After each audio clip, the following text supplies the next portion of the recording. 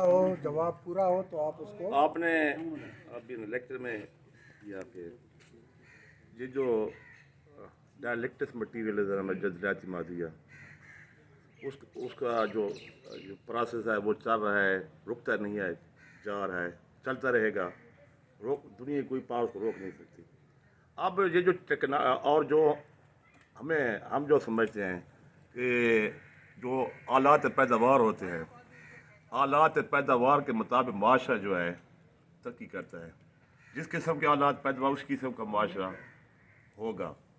अब ये जो मल्टी नेशनल या ट्रांस मल्टी नेशनल हैं, अब वो क्या कह रहे हैं कि ये जो टेक्नोलॉजी है, जो मार्क्स का फलसफा था कि मेहनत का फलसफा, कि मेहनत को इन्वॉल्व किया जाए और मेहनत की बुनियाद कदर पैदा की जाए, अब उसका उन्होंने आल्टरनेट से ऐसी टेक्नोलॉजी ला रहे हैं जो हमारे कंट्रोल में तो है नहीं, उनके मल्टी नेशनल के कंट्रोल में है।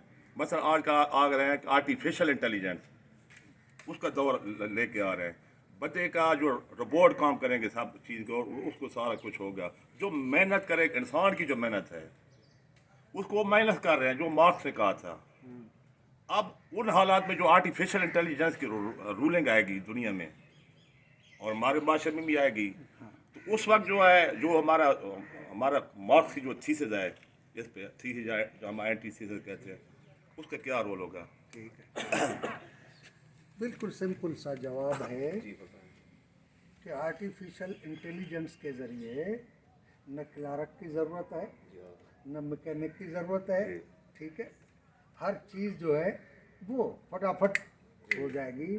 तो आप और हम सब फारिग, तो सरमाएदार का माल कौन खरीदेगा? आप तो हो गए फारिग, आपके जेब में तो रुपया भी नहीं है। जब आर्टिफिशियल एआई के नतीजे में लोग हो गए फारिग, तो वो फारिग किस लिए किए कि मुनाफा बढ़े। अब खरीदार कहाँ से आएंगे? आसमान से। तो मार्क्स ने जो कहा है कि सरमाएदार अपने मुनाफे के लिए जो इजादात की कोशिश करता है वो बुनियादी तौर पर इंसान की इज्तिमाई जहद की वजह से पैदा होता है, ईजाद होती है। लेकिन कब्ज़ा सरमाएदार कर लेता है, उसको मुनाफे के लिए इस्तेमाल करता है। इस वजह से उन्होंने कहा कि सरमाएदार अपनी मौत भी, कब्र भी खुद खोदता है। जैसे सनतें उन्होंने बनाई, बड़ी सनतें थी, तो उन्होंने कहा कि मजदूर उसको मारने लगा, तो उन्होंने कहा छोटी सनतों की तरफ जाते हैं। अब छोटी सनत के बाद एआई आ गई, आर्टिफिशियल इंटेलिजेंस आ गई, तो लोग हो गए फारिग। अब माल आप खरीदें या न खरीदें, उनके स्टोर भरे रहें, तो ये एआई किस काम की? तो मार्क्सिज्म की हकीकत तो ये साबित कर रही है कि अगर सरमाएदार अपने मुनाफे के लिए कदर पैदा करने वालों का हाथ रोक लेता है, उनकी पैदा की हुई चीज़ों को सिर्फ इस्तेमाल करता है, तो वो फ़ायदा उस आदमी को जाना चाहिए जो बग़ैर मेहनत के अब आराम से खाए। क्योंकि इंसानी नस्लों ने ये पहाड़ पत्थर तोड़े हैं, ये दरिया पुलें बनाई हैं, अब वो इस मंजिल पर पहुंच गया है कि उसकी ईजाद की हुई चीज़ें उसके लिए पैदावार करें और वो आराम से खाए और फितरत के साथ मुकाबला करें, दोस्ताना मुकाबला करें, फितरत को खोलता जाए, अपने लिए आसानियाँ पैदा करता है। मार्क्स ने कहा था कि सोशलिज्म और कम्युनिज्म की लड़ाई, तबकाती लड़ाई, ये अबूरी दौर है, ये अबूरी मरहले हैं कि इंसान इससे आज़ाद हो, इस छत से फ़िक्र से आज़ाद हो। जब इन तमाम फ़िक्र से आज़ाद होगा तो मुकाबला किसके साथ है? फितरत के साथ। जैसे मैंने कहा कि पानी ऊपर से नीचे आता है, ठीक है, नीचे से ऊपर भेज दिए। पोल्यूशन सरमाएदार ने बहुत पैदा कर दी, इंसान ने ऑक्सीजन को सिलेंडर्स में बंद कर दिया कि भाई मरीज को फेफड़े की तकलीफ हो, जान जा रही हो, ऑक्सीजन लगा दो। सरमाएदार ने कहा हाँ, तो दिल्ली में जब पोल्यूशन बढ़ी तो उन्होंने दुकान खोली। खैर 4-3 घंटे के बाद जब सांस घुटने लगे, दुकान पर आओ और ऑक्सीजन लगवाओ और 200 रुपये देकर फिर जाओ काम पर। तो सरमाएदार ये जो अमल कर रहा है वो अपनी कब्र खोद रहा है। कार्ल मार्क्स का फलसफा कोई सहीफा नहीं है, कोई पाक किताब नहीं है, कोई ऊपर से नहीं आया, क्योंकि मार्क्स ने एक अहम बात कही है कि मज़हब का न्यूक्लियस जो है वो अकीदा होता है। जो मार्क्स के फलसफे का न्यूक्लियस है ना, वो इंसानी समाज। इंसानी समाज तरक्की करता जाएगा, उस फलसफे में नई नई चीज़ें आती हैं। आपके सवाल का जवाब मैं दे सका? मैं उसमें थोड़े ऐड करना चाहता हूँ कैसे चीज़ें कि ये जो तरक्की हो रही है, एक एक ज़ाब्ते मल्टीनेशनल के फलसफे के नीचे हो रही है। क्या वो जो फलसफे के नीचे हो रही है, जो वो चाहते हैं, जिनको वो पता है कि ये जो हम कोई नई टेक्नोलॉजी लाएंगे, जितनी बड़े दुनिया के साइंसदान है उसमें वो इस्तेमाल करते हैं। जैसे सर वसले में कर रहे हैं और चीज़ों में कर रहे हैं, असली पे ज़्यादा कर रहे हैं, दुनिया की दानिशवर ज़्यादा। अब वो करते हैं तो वो जो इंसानी फलाह है उसमें तो वो नुकता नज़र होता ही नहीं है। जो टेक्नोलॉजी उनका ये नुकता नज़र है ही नहीं, उनका नज़र होता है सिर्फ प्रॉफिट, अपना जो बिजनेस होता है। तो वो जो एक अगर सोशलिस्ट समाज में कोई तरक्की कोई करेगा बादशाह, तो उसका तो मोटो और हो गया कि इस टेक्नोलॉजी को हम इस्तेमाल करेंगे तो कितना फ़ायदा मिलेगा इंसानों को।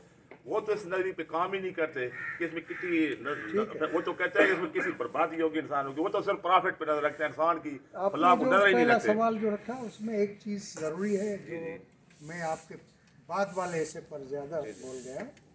आपने कहा कि जैसे जैसे आलाते पैदावार की तब्दीली होगी समाज बदलता जाएगा। बिल्कुल ठीक बात है कि आलाते पैदावार की तब्दीली से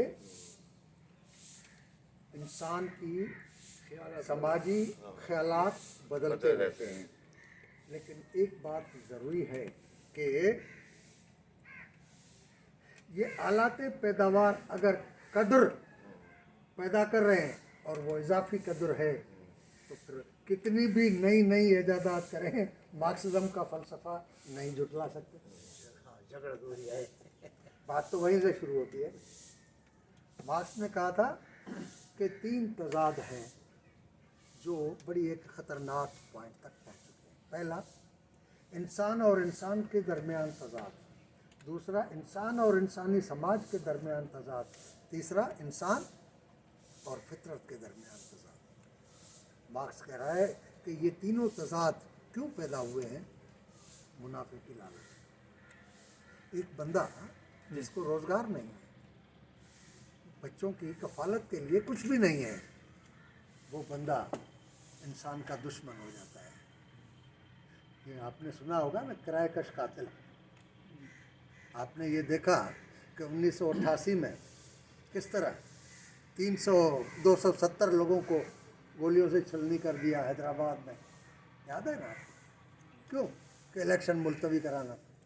और जिन्होंने ये किया ज़ाहिर पैसे, इसकी माने ये जो पैसा है, ये जो लालच है, वो इंसान को इंसान का दुश्मन बना देती है।